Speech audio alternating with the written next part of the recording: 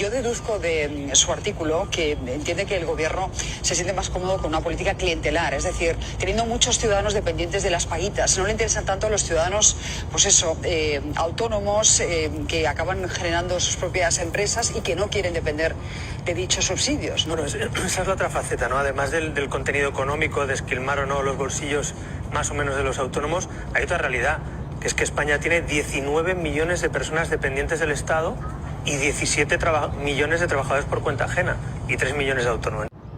Los 3 millones de autónomos al gobierno les importamos mierda, porque realmente ¿qué hacen con 3 millones de votos? Contra 19 millones de votos que les dan la paguita. Pues así vamos, pero si parásemos todos los autónomos, a lo mejor los 19 millones nos apoyaban, porque se quedarían sin carnicería, sin pescadería, sin zapateros, sin médicos, así que igual valemos algo.